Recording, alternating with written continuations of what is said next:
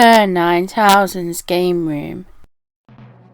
Back when I wrote my Super Return of the Jedi review, I said that it was an interesting time to be a Star Wars fan, because there was a brand new movie starring pretty much all of the original actors from the old trilogy, plus some new faces coming out at Christmas, and there was a big new Star Wars Battlefront game to look forward to on the PS4, Xbox One and PC.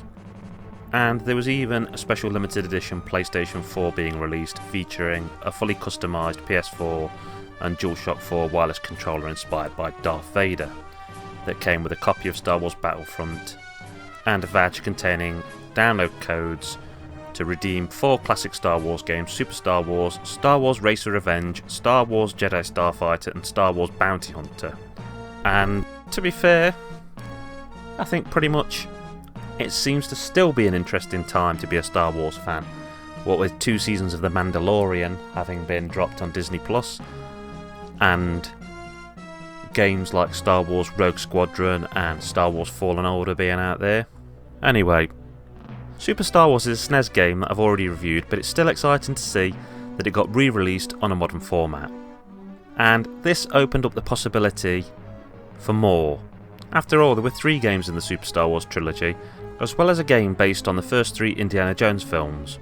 So I did think if this Star Wars game was going to PS4, maybe there was a chance that other SNES games would be released on the PS4, or, make their way to the Xbox. Unfortunately, to my knowledge, that hasn't happened.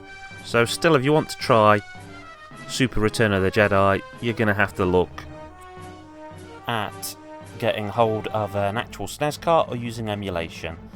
It was on the Wii Virtual Console at one point, but unfortunately that has closed down. Originally I played Super Return of the Jedi very close to its release because an older friend of mine was a die-hard Star Wars fan. He collected the old figures, as I also did, and he had the posters in his room, and he waited patiently for more Star Wars, be it films or books or games, and he had more income than me because he was a little bit older and he got a job. We spent so many hours together watching the films, playing the old Atari 2600 games and talking about it that I guess he felt he needed me to be a part of the experience.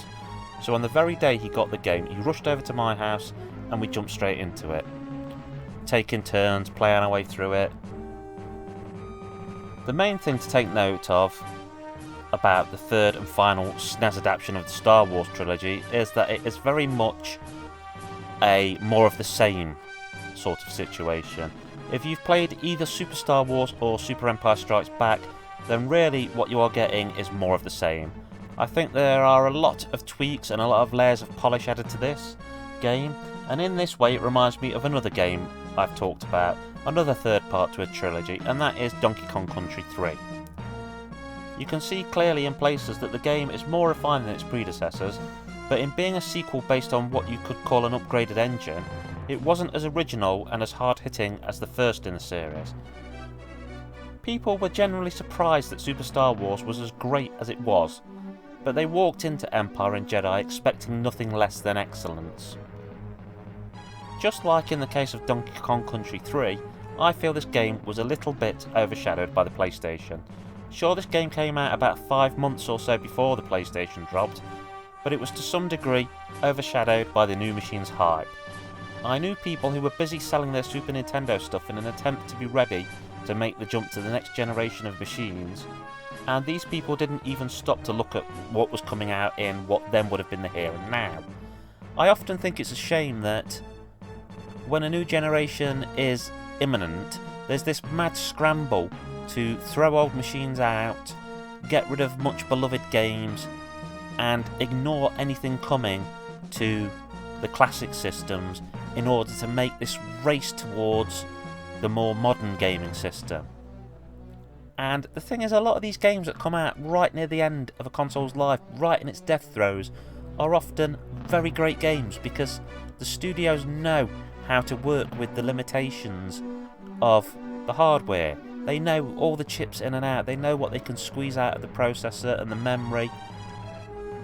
So these end-of-the-line products can be amazing, and you're missing out on these to have something programmed for a new console which probably is worse in some ways because They're the struggling startup games where nobody quite knows how to handle programming for these new systems. That's something worth keeping in mind as we travel forward and new system comes out after new system. Much like in Super Star Wars, this game has excellent presentation.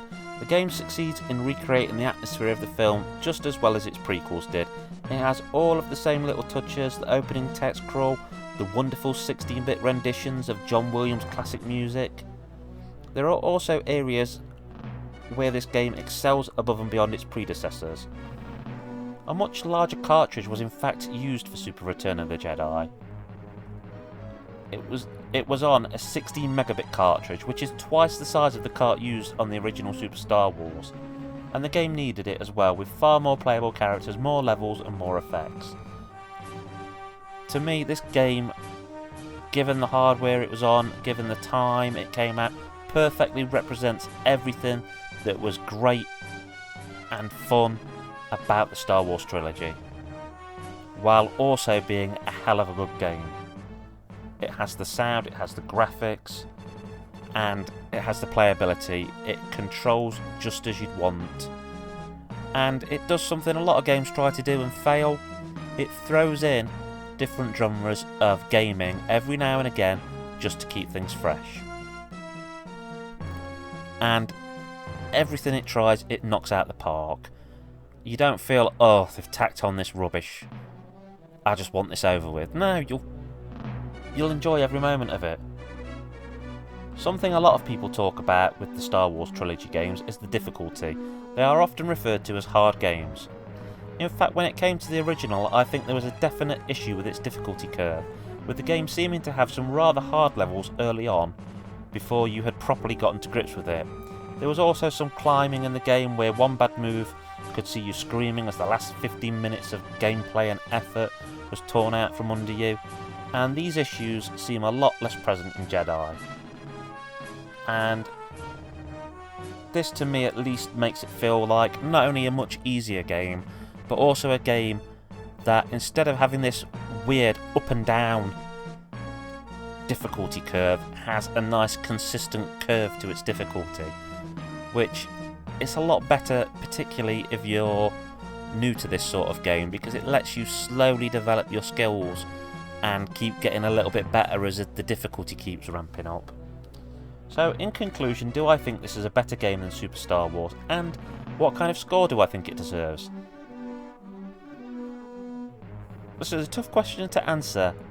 As a sequel, it is very much a case of bigger, better, more, and that should make me instantly go, yes, it's better. So I guess from that point of view, it is. But yet I don't think I can give it a higher score or recommend it over Super Star Wars. So I find myself stuck giving it the same score of 8 out of 10. These games are ideal when treated as parts of a bigger whole. If you want to sample this game, you've basically, as I've already said, got to buy a proper SNES cartridge, or emulate it, or buy an EverDrive.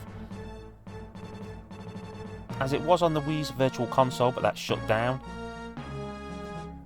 And that gets me onto a whole stream of complaining about digital games and how you're buying a license that can be pulled out from under your feet at any stage.